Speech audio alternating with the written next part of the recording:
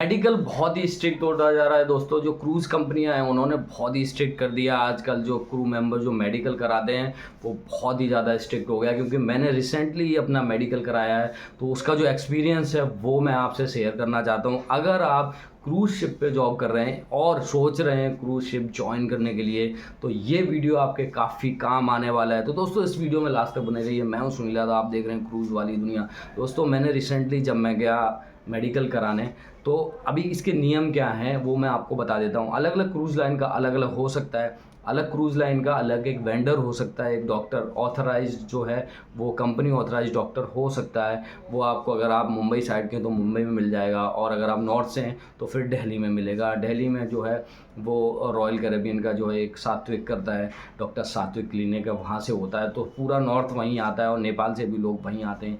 तो मुझे अभी रिसेंटली मैं जब उनके पास गया अपना मेडिकल कराने, तो हाँ सॉरी, यहाँ पे मैं आपको एक चीज़ और बताना चाहता हूँ कि जो रूल है वो ये है कि आप ऑन बोर्ड कर सकते हो। इंडियंस को अभी अलाउड है ऑन बोर्ड करना। तो अलग कंपनी का हो सकता है, मैं अपनी कंपनी के बारे में बात कर रहा हूँ। तो आप क्या कर सकते हो, कंपनी ने अभी ये नियम कर दिया है कि आप दो बार मेडिकल ऑन बोर्ड कर सकते हो। थर्ड जो मेडिकल होगा वो आपको अपनी होम कंट्री में ही कराना पड़ेगा, लैंड पे।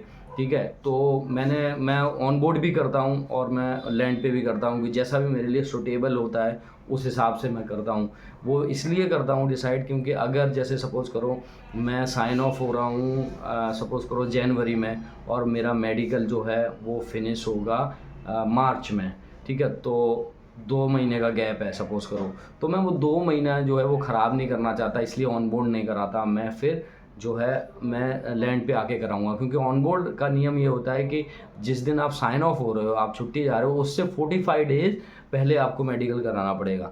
तो अब पहले कराऊंगा 45 डेज़, तो 1.5 महीना वो हो गया, 2 महीना ये बचा था, तो 3.5-4 महीने हो गया। तो 3.5-4 महीना या 6 महीने का तो एक कॉन्ट्रैक्ट होता है। तो फिर यार एक कॉन्ट्रैक्ट का टाइम क्यों ख़राब करूँ, इस हिसाब से कैलकुलेट करता है क्रू मेंबर कि कहाँ कराना है। तो मैंने वही डिसाइड किया। मैंने थोड़ा सा एक्सटेंड भी किया, मेरा ख़त्म हो रहा था नवंबर में, मैं आया हूँ अक्टूबर फर्स्ट वीक में आया हूँ। ठीक है, तो अभी क्या हुआ है कि मेरा जो कॉन्ट्रैक्ट ख़त्म हो रहा था अगस्त में, तो मेरा अगस्त, उसके बाद सितंबर, अक्टूबर, नवंबर, 3 महीने का जो था मेरा मेडिकल ऐसे ही चला जाता बर्बाद, 3-3.5 महीना, क्योंकि अगस्त शुरू में ही, स्टार्टिंग में ही अगस्त में मेरा ख़त्म हो रहा था कॉन्ट्रैक्ट। तो मैंने क्या किया, थोड़ा सा बढ़ा लिया अपना कॉन्ट्रैक्ट, जिससे मेरे दो फ़ायदे हुए। एक तो मेडिकल, ठीक है, मेडिकल का क्या हुआ कि भाई एक मेडिकल कवर हो जाएगा। ठीक है, कवर मतलब ऐसा है कि मेरा टाइम जो है मेरा बर्बाद नहीं होगा। ठीक है, तो मैंने यूज़ कर लिया, यूटिलाइज़ कर लिया उस टाइम को। और दूसरा मुझे जो है फेस्टिवल मिल गया, दिवाली मिल गई, थोड़ा सा एक्सटेंड किया, क्योंकि मैं अगस्त में आया तो मिलता नहीं, सितंबर अक्टूबर में मुझे जाना पड़ता, नवंबर में दिवाली थी, तो मैंने 1-1.5 महीना जो एक्सटेंड कर लिया। मैं अक्टूबर में, तो मुझे अक्टूबर का महीना मिला, अक्टूबर फर्स्ट वीक में आया, पूरा नवंबर मिला, तो मैं नवंबर एंड में जाऊँगा। तो ये मुझे लगभग 1.5 महीना, 1.25 महीना जो है वो लीव मिल गई। और हाँ, अब आते हैं मुद्दे की बात पे। तो मैंने डिसाइड किया था कि भाई मुझे मेडिकल है जो मैं करूँगा वहाँ जाके लैंड पे, ताकि मेरे ये 3 महीने बर्बाद नहीं होंगे। ठीक है, तो फिर मैं गया भाई मेडिकल कराने के लिए। वहाँ गया, जाने के बाद मुझे मालूम था कैसे होता है, क्योंकि मैंने गया था। जो भी डॉक्यूमेंट्स, आप पहले फ़ोन करोगे, डॉक्टर से अपॉइंटमेंट लोगे, डॉक्टर डेट देगा कि हाँ भाई इस तारीख को आना है आपको। जब आप वहाँ जाओगे तो एम्प्टी स्टमक जाना होता है आपको। ठीक है, तो एम्प्टी स्टमक गया, क्योंकि आपकी शुगर ये सब वो ब्लड टेस्ट के लिए ब्लड लेते हैं। तो गए वहाँ पे, वहाँ जाके जो है वो प्रोसेस हुआ। हाँ, एक ऑनलाइन जो है आजकल ऑनलाइन आपको एक लिंक आता है कंपनी की तरफ से। ठीक है, कंपनी आपको ईमेल भेजेगी लिंक, क्योंकि वो ट्रैक करते हैं आपका कौन सा डॉक्यूमेंट जो है वो एक्सपायर हो गया है, उसके हिसाब से आपको रिमाइंडर आएगा। मेरा तो इस बार सब कुछ ख़त्म हो गया था, STCW ख़त्म हो गया। ठीक है, फिर मेरा मेडिकल ख़त्म हुआ, मेरा वीज़ा ख़त्म हुआ, वीज़ा भी लगवाया। अगर आपको इन सब पे वीडियो चाहिए कि रिन्यूअल कैसे होता है वीज़ा का, तो उसका मैं एक वीडियो ले आऊँगा। ठीक है, और आपको STCW का रिन्यूअल कैसे आता है उसका वीडियो लाऊँगा, और मेडिकल का मैं अभी बता रहा हूँ। अगर आपको इन सब के वीडियो चाहिए तो दोस्तों कमेंट ज़रूर करना, कमेंट करके मुझे पता चलेगा कि आप लोग इंटरेस्टेड हो, तो मैं उस पर एक वीडियो बनाऊँगा सेपरेट, तो ईजी रहेगा आपके लिए। क्योंकि फ़र्स्ट टाइम जो है, हो सकता है आपने काफ़ी इन्फॉर्मेशन ली होगी कि फ़र्स्ट टाइम कैसे होता है, तो मैं बताऊँगा, मैं अपना एक्सपीरियंस शेयर करूँगा कि रिन्यूअल कैसे होता है। क्योंकि STCW भी बहुत टफ हो गया यार। मैंने कितनी पढ़ाई करी है छुट्टी आके वेकेशन में, मुझे ही पता है। ठीक है, और सारे क्वेश्चन अलग होते हैं यार।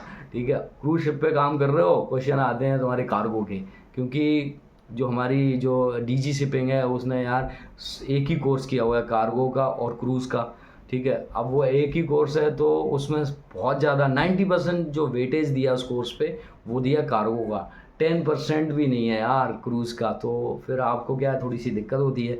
तो अगर ये सब वीडियो चाहिए तो आप मुझे कमेंट करके बताना। बाकी हम मुद्दे से भटकना नहीं चाहते हैं, आ जाते हैं मेडिकल पे। तो भाई मैं गया वहाँ जाके, उन्होंने मुझे वो जो लिंक दी थी ना, अभी मैंने बात की थी, लिंक मेडिकल के लिए भेजता है कंपनी, तो उसमें आपको टिक टिक करना होता है, जैसे कि भाई आपको कोई बीमारी है क्या, सर्दी ज़ुकाम खांसी, या एडमिट हुए हैं, कोई सर्जरी हुई है, नी पेन है, एल्बो पेन है, नेक पेन है, हर चीज़ जितने पार्ट हैं बॉडी के हर चीज़ में पूछ लेते हैं कि किस किस में पेन है, कोई सर्जरी हुई है, ये है वो है, कोविड हुआ है, और लास्ट टाइम हॉस्पिटलाइज कब हुए थे, हुए कि नहीं हुए, सब पूरा एक बड़ा सा लंबा सा 4-5 पेज होते हैं, उसमें आपको डिक्लेरेशन देना होगा। स्मोकिंग, हाँ स्मोकिंग करते हो, दारू पीते हो, करते हो तो फ्रिक्वेंटली कितनी करते हो, ठीक है, ये सब चीज़ें पूछते हैं, ठीक है।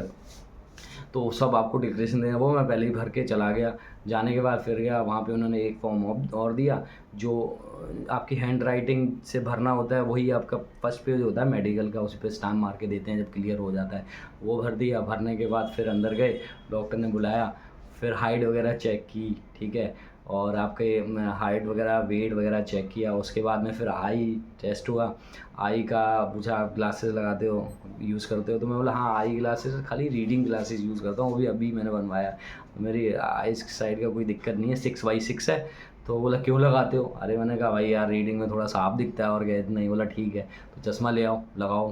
फिर उन्होंने मुझे एक लाइन पढ़वाई, वो तो मैं वैसे ही पढ़ देता बिना रीडिंग ग्लासेस के, बट उन्होंने कहा लगा लो, तो मैंने भाई पढ़ के से ठीक है बता दिया। बोला ठीक है ठीक है। उसके बाद फिर उन्होंने क्या किया, एक और जो अपना कलर ब्लाइंडनेस का जो टेस्ट होता है वो कराया, वो किया मैंने, ठीक है। उसके करने के बाद में सारा बता दिया, ठीक है, पूछ लिया। उसके बाद में फिर उन्होंने ना वो ईयर का टेस्ट होता है, ठीक है, वो एक साउंड सा करते हैं, ठीक है, इसमें आ रहा है आ रहा, अलग अलग साउंड होते हैं, कम ज़्यादा। फिर आपको थम्स अप करना होता है, हाँ कि इस साइड बजा के हाँ ऐसे करोगे, इस साइड बजा तो इस साइड ऐसे करोगे, ओके। तो ये सब होने के बाद ना फिर उन्होंने मेरे दांत का टेस्ट किया, ठीक है, कान का हो गया, आँख का हो गया, फिर दांत का किया। दांत में अभी क्या है कि एक तो मैंने निकाला हुआ है और जो 2 हैं वो थोड़े से ख़राब हैं, ठीक है। तो अभी वो बोलती है कि अरे ये 3 दांत ख़राब हैं तो ये नहीं चलेगा। मैंने कहा यार 10 साल से तो 3 ख़राब से ही जा रहा हूँ। मैंने जो है रूट कनाल भी कराया था, दांत का कैप भी लगवाई थी, वो निकल गया। क्योंकि क्या होता है कि जो आपका जो टूथ है उसकी जो दीवार है जिस पे वो कैप लगी होती है वो कमज़ोर हो जाती, टूट जाती है, तो फिर कैप भी निकल जाता है। फिर इसका कोई ऑप्शन नहीं है, वो निकलवाना ही पड़ेगा। तो मैं बोला यार मेरे को दर्द नहीं है और मेरे को कोई प्रॉब्लम नहीं है तो मैं क्यों निकलवाऊँ। अब बोला नहीं आपको कुछ तो करना पड़ेगा ना डॉग, यार समझो उसकी दीवार से ना, उस पर कोई भी जो है, उस पर जो टूथ है उसकी दीवार ही नहीं है, उस पर कैप कहाँ लगेगी। और रूट कनाल जो है वो मैं पहले करा चुका हूँ, मेरे को पेन हो नहीं रहा है। तो बोला कुछ तो करना। अरे कुछ क्या करना पड़ेगा यार, क्या करना, निकालने के लिए बोल रहे हो। अभी मैं दोनों दांत निकाल दूँ जो ठीक ठाक हैं दांत, यार जहाँ तक वो नहीं निकालना चाहिए। तो बड़ी मुश्किल से कन्विंस किया मैंने डॉक्टर को। फिर भी डॉक्टर बोली ठीक है मैं इसमें पार्शियली लिखती हूँ, पार्शियली डैमेज, ठीक है, उससे आपका हो जाएगा। तो मैं बोला यार पार्शियली क्या, वो डैमेज है ही नहीं, उसमें दर्द ही नहीं है। फिर जो भी रिपोर्ट लगाई फिर भी डॉक्टर ने बताया, बोला कि ठीक है आप जो है जाओगे और आप अपना जहाँ भी रहते हो, ठीक है, वहाँ पे जाके जो भी डॉक्टर है आपका जो भी है दांतों वाला, उससे जाके इसका जो भी ट्रीटमेंट जो भी है वो लोगे, आप उसको दिखाओगे, कंसल्ट करोगे। हाँ बोला मैं कर लूँगा। फिर भी उसने मेरे को बोला अच्छा ऑन बोर्ड जाओगे, वहाँ पे कुछ होने लग गया तो मैं बोला क्या यार ऑन बोर्ड हो गया तो क्या, कंपनी जो है कंपनसेशन तो देती नहीं है, दांत कवर नहीं होता है। दोस्तों आपकी जानकारी के लिए बता दूं कि आपका जो है जो जितने भी टीथ हैं वो मेडिकल में कवर नहीं होता। अगर इसमें कोई दिक्कत आती है तो वो आपको ही पे करना पड़ेगा, और आप जाओगे शोर साइड, ठीक है, बाहर सिटी में, वहाँ पे करना पड़ेगा और उसके चार्जेस बहुत ज़्यादा होते हैं दोस्तों। तो क्रू मेंबर को दिक्कत जब होती है तो पता क्या करता है क्रू, खाली एक ही चीज़ है, हाँ दांत अगर आप निकलवाओगे ना तो उसका पैसा आपको नहीं देना है। अगर दांत में कुछ भी कराओगे, कैप लगाओगे, रूट कनाल कराओगे, तो आपको पैसा देना पड़ेगा, और वो $1000 में होता है। जी हाँ, हो सकता है 1000 हो, 15 हो या $2000 हो आपके दांत का खर्चा है। तो ये जो है दिस इज़ टू मच, बहुत ज़्यादा है यार। 80 तुमको 1 लाख रुपए यार दांत में रूट कनाल का लग गया अरे क्या है, क्या मजाक कर रहे हो? तो इतना पैसा कोई क्रू खर्च नहीं करता यार, वो सैलरी है एक महीने की $1000 1500 2000, ठीक है जो भी है, इतना कौन करेगा? उससे बोला भाई निकाल दे तू। तो मैंने सेम बोला कि हाँ ठीक है भाई, मैं जाऊँगा, कंपनी बाहर भेजेगी, मेरे को दर्द होगा, मैं बोलूँगा निकाल दे, ख़राब है दांत, ठीक है, उसमें क्या 2 दिन में ठीक हो जाएगा, मैं अपना काम करने लग जाऊँगा। बट यार पता नहीं वो कंपनी ही इतना स्ट्रिक्ट कर रही है। वो स्ट्रिक्ट करने के कुछ रीज़न भी हो सकते हैं दोस्तों, जैसे मैं बताऊं, आजकल जो है बीमारी काफ़ी होने लग गई हैं, ठीक है। अब जैसे मैं आपको एक बताता हूं कि यंग लड़का था मेरी डिपार्टमेंट, एक दूसरी शिफ्ट, मैंने 2 बार उससे काम किया, उसके साथ काम किया, और उसको ना ऑन बोर्ड हार्ट अटैक आया, और ऐसा ना हो भगवान ना करे किसी के साथ, और यार वो उसकी डेथ हो गई। तो हो सकता है ऐसे कुछ केसेस हुए जिसके वजह से ना कंपनी बहुत स्ट्रिक्ट हो गई, क्योंकि कंपनी को ऐसा लगता होगा यार ये बंदा मेडिकल करा के आया है, और इतनी जल्दी इसको ये कॉम्प्लिकेशंस कैसे आ रही हैं, कैसा मेडिकल हो रहा है, इसकी वजह से बहुत ज़्यादा स्ट्रिक्ट हो गया है। तो मेरा ही क्लियर नहीं कर रही थी, ठीक है, बोल रहे थे अरे तुम्हारे पास बहुत कम टाइम बस बचा है, क्या कैसे करोगे, क्या करोगे। फिर जैसे तैसे कन्वेंस किया, ठीक है डॉक्टर ने, फिर बोला ठीक है वहाँ दिखा लेना क्लियर करके तब जाना, बोला ठीक है। अभी मैं आपको बताऊँ, फिर शाम को जब सब कुछ हो गया उसके बाद एक्सरे के लिए दूसरी जगह भेजा, एक्सरे वैक्सरे हो गया, उसी दिन मेरे को लेके आना था, क्योंकि मैं टाइम वेस्ट नहीं करना चाहता था। तो मुझे रिपोर्ट भी शाम को लेनी थी, सब लोग लेते हैं शाम को, तो 6 साढ़े 6 बजे रिपोर्ट के लिए बुलाया, तो मैं वहाँ गया रिपोर्ट के लिए दोस्तों। तो वहाँ पे क्या हुआ कि फिर 2 लोगों का उन्होंने ना होल्ड कर दिया। अब लो, हट्टा कट्टा बंदा था, यंग लग रहा था, 25 से 30 के बीच में होगा, 26 साल का था, और उसका होल्ड कर दिया, एक लड़की का होल्ड कर दिया, 2 का होल्ड कर दिया। मैंने क्या हुआ कि यार मैं हमारा होल्ड कर दिया, मंडे को पता चलेगा, मतलब आज सैटरडे है, कल संडे है, मंडे को पता चलेगा। तो उन्होंने होल्ड कर दिया, कुछ पता नहीं मेडिकल हिस्ट्री थी या क्या था उसकी वजह से, या क्या डिटेक्ट हुआ भगवान जाने। तो जो मेडिकल है वो थोड़ा सा स्ट्रिक्ट हो गया। तो जब भी आप मेडिकल चाहें कराएं तो अपना थोड़ा सा बॉडी का ध्यान रखें, ठीक है, वेट ज़्यादा ना बढ़ाएं। हालांकि मेरा घर पे आके हमेशा बढ़ जाता है यार, 2 महीने में मैं अपनी बात करूं इतना खाता रहता हूं, फिजिकल एक्टिविटी होती नहीं है, और 2 महीने में आप ऐसे मान लो कि 4-5 किलो गेन हो जाता है। 2 किलो के हिसाब से एक महीने में 2 से 3 किलो के हिसाब से जो है 4-5 किलो जो है मैं गेन कर लेता हूँ।